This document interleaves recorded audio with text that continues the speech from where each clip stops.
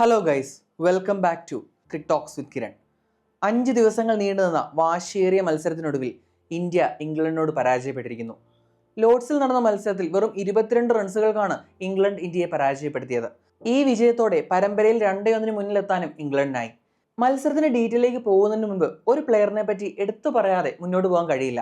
Ben Stokes. ഈ മത്സരത്തിലെ man of the മാച്ചും ബെൻ സ്റ്റോക്സ് തന്നെയാണ്. ഇപ്പോൾ സ്റ്റോക്സിന്റെ കാര്യം ഞാൻ എന്തുകൊണ്ട് എടുത്തു പറഞ്ഞു എന്ന് ചോദിച്ചു കഴിഞ്ഞാൽ, ടെസ്റ്റ് മത്സരം എന്ന് പറയുന്നത് ഒരു ഫാസ്റ്റ് ബോളറിനെ സംബന്ധിച്ച് ഭയങ്കര ഡിമാൻഡിങ് ആണ്. അത്യാവശ്യം നല്ല ഹോട്ടായ കണ്ടീഷനിൽ ഒരു ടെസ്റ്റ് മത്സരത്തിന് 5ാമത്തെ ദിവസം ഒരു 6 ഓവർ അല്ലെങ്കിൽ 7 ഓവർ നീണ്ട സ്പെല്ലുകൾ എറിയുക എന്നുള്ളത് തന്നെ ഒരു ഫാസ്റ്റ് ബോളറിനെ സംബന്ധിച്ച് ഞാൻ നേരത്തെ പറഞ്ഞ പോലെ വളരെ ഡിമാൻഡിങ് ആയിട്ടുള്ള, അത് അത്ര എളുപ്പമുള്ള കാര്യമൊന്നുമല്ല. എന്നാൽ ബെൻ സ്റ്റോക്സ്, നമ്മൾ ഇന്നത്തെ ഒരു ദിവസം നോക്കിക്കഴിഞ്ഞാൽ ബെൻ സ്റ്റോക്സ് വളരെ ലോങ് സ്പെല്ലാണ് എറിഞ്ഞത്. ഇപ്പോൾ ആദ്യത്തെ സ്പെല്ല് നോക്കിക്കഴിഞ്ഞാൽ 9.3 ഓവർ സ്റ്റോക്സ് എറിഞ്ഞു.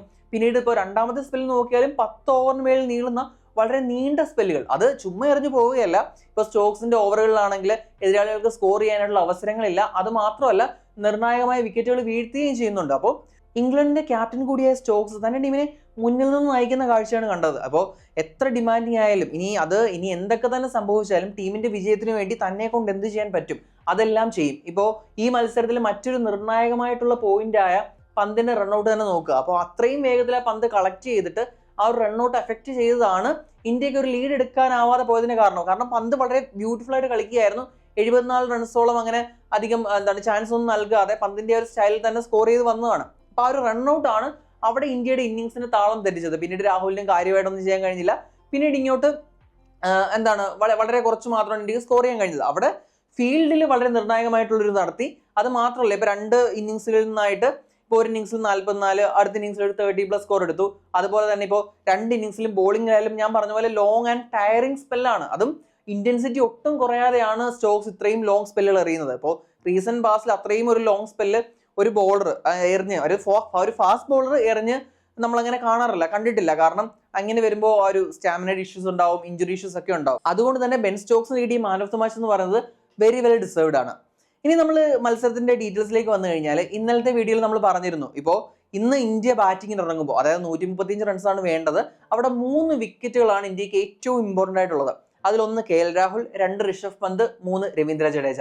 ഈ പറഞ്ഞവരിൽ ആദ്യത്തെ 2 പേർക്കും ഇന്ന് കാര്യമായിട്ട് കോൺട്രിബ്യൂട്ട് ചെയ്യാൻ കഴിഞ്ഞില്ല. അത് തന്നെയാണ് ഇന്ത്യയുടെ പരാജയത്തിന്റെ ഏറ്റവും വലിയ കാരണം എന്ന് പറയുന്നത്. ജഡേജ എക്സലന്റ് ആയിട്ട് തന്നെ കളിച്ചു. ഇപ്പൊ അവസാന നിമിഷം വരെ ഇന്ത്യയുടെ വിജയത്തിനായിട്ട് ജഡേജ കിണഞ്ഞു പരിശ്രമിച്ചെങ്കിലും ജഡേജയ്ക്ക് അപ്പുറത്തെ സൈഡിൽ നിന്ന് സപ്പോർട്ട് കിട്ടിയില്ല. ഇപ്പൊ നമ്മൾ നോക്കിക്കഴിഞ്ഞാൽ ഇന്ത്യയുടെ വാലറ്റം, നമ്മളിപ്പോൾ ഈ ഒരു സീരീസിൽ മൊത്തം കുറ്റം പറഞ്ഞ, അതായത് ഇംഗ്ലണ്ടിന്റെ വാലറ്റം നല്ല രീതിയിൽ കളിക്കുമ്പോൾ എപ്പോഴും തകർന്നടിയും എന്ന് നമ്മൾ പറഞ്ഞ ഇന്ത്യയുടെ വാലറ്റമാണ് അല്പമെങ്കിലും ആ ഒരു ഇന്ത്യ ഒരു ഘട്ടത്തിലെങ്കിലും നമ്മൾ ഒരു ജയിക്കും, ഒരു ജയം സാധ്യമാണെന്ന് തോന്നലിൽ നമ്മളെ എത്തിച്ചത്. അപ്പോൾ സ്പെഷ്യൽ മെൻഷനായിട്ട് പറയേണ്ടതാണ് ബുംറയുടെ ആയാലും സിറാജിന്റെ ആയാലും. ഇപ്പൊ സിറാജിന്റെ അവസാനത്തെ വിക്കറ്റ് വളരെ അൺലക്കി ആയി പോയി. പക്ഷെ അവരെ കൊണ്ടാവുന്ന രീതിയിൽ പന്ത് ബ്ലോക്ക് ചെയ്യാനും ജഡേജയ്ക്ക് സപ്പോർട്ട് കൊടുക്കാനും ഒക്കെ കഴിഞ്ഞു. പക്ഷെ മത്സരം ഇന്ന് തുടങ്ങിയപ്പോൾ തന്നെ അധികം കോൺട്രിബ്യൂട്ട് ഒന്നും ചെയ്യാനാവാതെ 3 വിക്കറ്റുകളാണ് വീണത്. ഇപ്പൊ രാഹുലിന് തലേന്നത്തെ സ്കോറുമായിട്ട് വലുതായിട്ടൊന്നും കോൺട്രിബ്യൂട്ട് ചെയ്യാൻ കഴിഞ്ഞില്ല. പിന്നീട് ഇന്ന് അതുപോലെ പന്തിന്റെ വിക്കറ്റ് പോയി. അതുപോലെ തന്നെ നമ്മൾ വാഷിംഗ്ടൺ സുന്ദർ റിട്ടേൺ ക്യാച്ച് നൽകി മടങ്ങുകയാണ് ഉണ്ടായത്. ഇപ്പോൾ നമ്മളെല്ലാവരും പ്രതീക്ഷിച്ചതെന്ന് വെച്ച് കഴിഞ്ഞാൽ, ഇന്നലെ നല്ല രഥത്തിൽ ബോൾ ചെയ്ത നമ്മുടെ ബ്രൈഡൻ ഗാർഡ്സും സ്റ്റോക്സും ഇന്ന് ബോളിംഗ് ഓപ്പൺ ചെയ്യുന്നതാണ്. എന്നാൽ ഇവിടെ സ്റ്റോക്സിന് പകരം വന്നത് ആർച്ചറാണ്. പക്ഷെ ആ ഒരു തീരുമാനം, സ്റ്റോക്സിന്റെ ആ ഒരു തീരുമാനം ശരിയാണെന്ന് തെളിയിക്കുന്നതായിരുന്നു ആർച്ചറിന്റെ ബോളിംഗ്. തന്റെ ഒരു സ്പെല്ലിൽ വിക്കറ്റ് വീഴ്ത്താനും ആർച്ചറിനായി. പിന്നീട് സ്റ്റോക്സിനും സ്റ്റോക്സിന്റെ കാര്യം ഞാൻ ഓൾറെഡി പറഞ്ഞു, അതിന് എടുത്തു പറയേണ്ട കാര്യമില്ല. അപ്പോൾ അങ്ങനെ ഒരു 7 വിക്കറ്റ് വീണതിന് ശേഷമാണ് ഇന്ത്യയിൽ നിന്നൊരു ചെറുത്തുനിൽപ്പ് ഉണ്ടാവുന്നത്. വാഷിംഗ്ടൺ സുന്ദറിന് വിക്കറ്റ് പോകുമ്പോൾ 82-7 എന്ന നിലയിലായിരുന്നു ഇന്ത്യ. അപ്പോൾ ആ ഒരു ഘട്ടത്തിൽ നമ്മൾ വിചാരിച്ചത് ഇന്ത്യ വലിയൊരു കൂറ്റൻ തോൽവി ഏറ്റുവാങ്ങുമെന്ന് തന്നെയാണ്. പക്ഷെ അതിനുശേഷമാണ് ഇന്ത്യ കുറച്ചെങ്കിലും ചെറുത്തുനിൽപ്പ് കാണിച്ചത്. ഇപ്പോൾ നിതീഷിന്റെ കാര്യം പറഞ്ഞു കഴിഞ്ഞാൽ, നിതീഷ് ആ ഒരു സ്കോറിലേക്ക് വലുതായിട്ട് കോൺട്രിബ്യൂട്ട് ചെയ്തില്ല. 13 റൺസ് മാത്രമേ എടുത്തുള്ളൂ. ഇപ്പോൾ ജഡേജയുമായിട്ടുള്ള ചെറിയൊരു പാർട്ണർഷിപ്പ് ഇട്ടു. അതിനുശേഷം അപ്പോൾ ബൂംറയെ കൂട്ടുപിടിച്ച് ജഡേജ വളരെ നല്ല രീതിയിൽ, എന്ന് വെച്ച് കഴിഞ്ഞാൽ ഹൈ സ്കോറിംഗ് ഷോട്ട്സ് ഒന്നും കളിക്കാൻ ജഡേജയ്ക്ക് അങ്ങനെ സ്ഥിരം ബൗണ്ടറി കണ്ടെത്താൻ കഴിഞ്ഞില്ലെങ്കിലും വളരെ അത്യാവശ്യം നല്ല രീതിയിൽ തന്നെയാണ് ജഡേജ ഇന്നിങ്സ് മുന്നോട്ട് കൊണ്ടുപോയത്.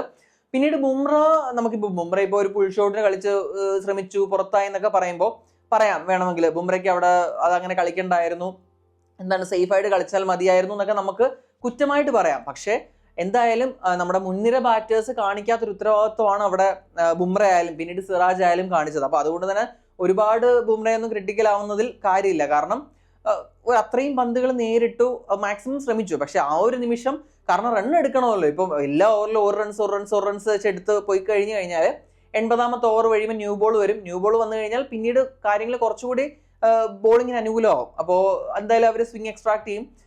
ആർച്ചർ ഉണ്ട്, അതുപോലെ തന്നെ സ്റ്റോക്സ് നല്ല രീതിയിൽ ബോൾ ചെയ്യുന്നുണ്ട്. അപ്പോൾ ന്യൂ ബോൾ വന്നു കഴിഞ്ഞാൽ എന്തായാലും പണി കിട്ടും. അപ്പോൾ ആരെങ്കിലുമൊക്കെ റിസ്ക് എടുക്കണം. കാരണം ബുംറ ലോർഡ്സിൽ അത്യാവശ്യം നന്നായിട്ട് ബാറ്റ് ചെയ്തിട്ടുള്ള പ്ലെയർ ആണ്. അപ്പോൾ അതുകൊണ്ട് തന്നെ ആയിരിക്കും അവർ ഷോർട്ട് ബോൾ കളിക്കാൻ ശ്രമിച്ചത്. അത് കളിക്കേണ്ടായിരുന്നു എന്ന് തന്നെയാണ് എൻ്റെ അഭിപ്രായം. പക്ഷേ അതിലേക്ക് കൂടുതൽ ക്രിട്ടിക്കൽ ആവുന്നതിൽ അർത്ഥമില്ല.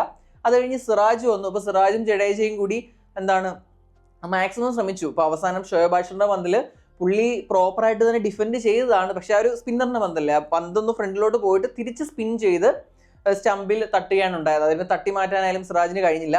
പിന്നീട് നമ്മൾ ആ സിറാജ് ഫുള്ള് നിരാശയോടെ തകർന്നിരിക്കുന്ന കാഴ്ചയൊക്കെ നമ്മൾ കണ്ടതാണ്. കാരണം അത്രയും ശ്രമിച്ചിട്ട് ഇപ്പോൾ നോർമൽ ഒരു അൺപ്ലേയബിൾ ബോൾ, ഒരു പീച്ചിൽ വിക്കറ്റ് പോകുന്നത് പോലെയല്ല ഇങ്ങനെ അൺലക്കി ആയിട്ട് ഒരു വിക്കറ്റ് പോകുന്നത്. അപ്പോൾ അത് തന്നെയാണ് സിറാജിനെ ഏറ്റവും കൂടുതൽ ആ ഒരു നിരാശയിൽ ആഴ്ത്തിയത്. കാരണം അത്രയും നേരം അവരുടെ പലതരം ടാക്ടിക്സിന് മുന്നിലും പതറാതെ പിടിച്ചു നിന്നിട്ട് അത്യാവശ്യം നന്നായിട്ട് തന്നെ കളിച്ചൊരു പന്തിൽ വിക്കറ്റ് ആവുക എന്നുള്ളൊരു വിധിയാണ് നമ്മുടെ സിറാജിനെ കാത്തിരുന്നത്. തീർച്ചയായിട്ടും രവീന്ദ്ര ജഡേജയുടെ കാര്യത്തിലും ആ ഒരു നമ്മൾ ഫീൽ ഫോർ ഹിം എന്നൊക്കെ പറയില്ലേ, അത് തന്നെയാണ് ജഡേജയുടെ കാര്യത്തിൽ എനിക്ക് തോന്നിയത്. ജഡേജ ഈ 2 ഇന്നിംഗ്സുകളിലും 50 അടിച്ചു. ഇപ്പോൾ കഴിഞ്ഞ മത്സരം നോക്കിയാൽ കഴിഞ്ഞ 2 ഇന്നിംഗ്സുകളിലും 50 അടിച്ചു. അപ്പോൾ തുടർച്ചയായിട്ടുള്ള 4 50കളാണ് ജഡേജ നേടിയിരിക്കുന്നത്. അപ്പോൾ ഇന്ത്യയുടെ, ഞാനിപ്പോൾ കഴിഞ്ഞ വീഡിയോയിൽ പറഞ്ഞു, ഇപ്പോൾ പല മുൻനിര ബാറ്റേഴ്സിനേക്കാളും മികച്ച ഒരു ബാറ്റിംഗ് ഫേസിലൂടെയാണ് ജഡേജ കടന്നു പോയിക്കൊണ്ടിരിക്കുന്നതെന്ന്. അപ്പോൾ ഇപ്പോൾ ഒരു ക്ലോസ്ലി കോണ്ടസ്റ്റന്റ് മാച്ചാണ്. ഇപ്പോൾ ഇന്നലെ ഞാൻ പറഞ്ഞ ആ ഒരു അനാലജി വീണ്ടും ആവർത്തിക്കുന്നില്ല. അതായത് ഒരു ബോക്സിംഗ് മാച്ച് പോലെ ഒരു ടീം പഞ്ച് ചെയ്യുന്നു, അടുത്ത ടീം കൗണ്ടർ പഞ്ച് ചെയ്യുന്നു, അങ്ങനെ ഈ ഒരു മത്സരത്തിലുടനീളം അങ്ങനെ ഒരു ക്ലോസ്ലി കോണ്ടസ്റ്റന്റ് മാച്ചാണ്. അപ്പോൾ ടെസ്റ്റ് ക്രിക്കറ്റ് എലൈവായിട്ട് നിലനിർത്തുന്നത് തന്നെ ഇതുപോലുള്ള ക്ലോസ് ഫൈറ്റ് വരുന്ന മാച്ചസ് ആണ്. അപ്പോൾ അങ്ങനെ ഒരു പ്രേക്ഷകൻ എന്ന നിലയിൽ, അല്ലെങ്കിൽ ഒരു ക്രിക്കറ്റ് ആരാധന എന്ന നിലയിൽ വളരെ നല്ലൊരു മത്സരമാണ് കടന്നുപോയത്. എന്നാൽ ഒരു ഇന്ത്യൻ ഫാൻ എന്ന നിലയിൽ നോക്കുമ്പോൾ ഇന്ത്യക്ക് വിജയിക്കാമായിരുന്ന ഒരു മത്സരം കൈവിട്ടൊരു ഫീലാണ്. കാരണം അവരെ 192 ഒതുക്കിയിട്ട് തീർച്ചയായിട്ടും ഇന്ത്യക്ക് ചേസ് ചെയ്യാവുന്ന ടാർഗറ്റ് ആയിരുന്നു.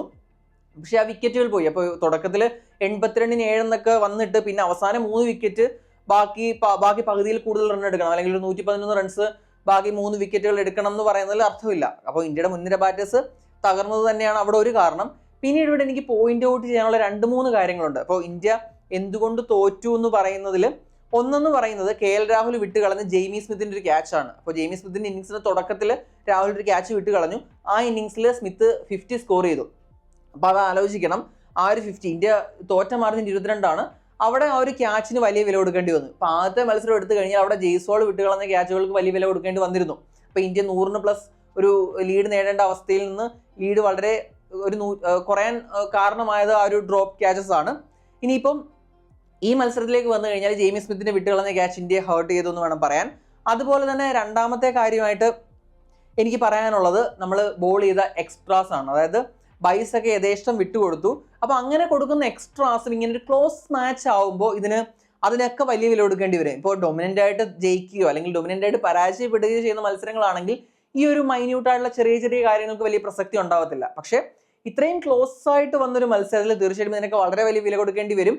ഇന്നലെ ആരും അത് സോഷ്യൽ മീഡിയയിൽ കമന്റ് ചെയ്തിരുന്നു. എക്സിൽ എന്തോ ഒരു കമന്റ് കണ്ടിരുന്നു. അതായത് ഇന്ത്യ ചിലപ്പോൾ തോൽക്കാൻ പോകുന്നത് ആ വിട്ടുകൊടുത്ത എക്സ്ട്രാ റൺസിന്റെ ഒരു മാർജിനിലായിരിക്കും എന്ന് ഞാനൊരു പോസ്റ്റ് കണ്ടിരുന്നു. പക്ഷെ ഇന്ന് അതുപോലെ തന്നെയാണ് സംഭവിച്ചത്.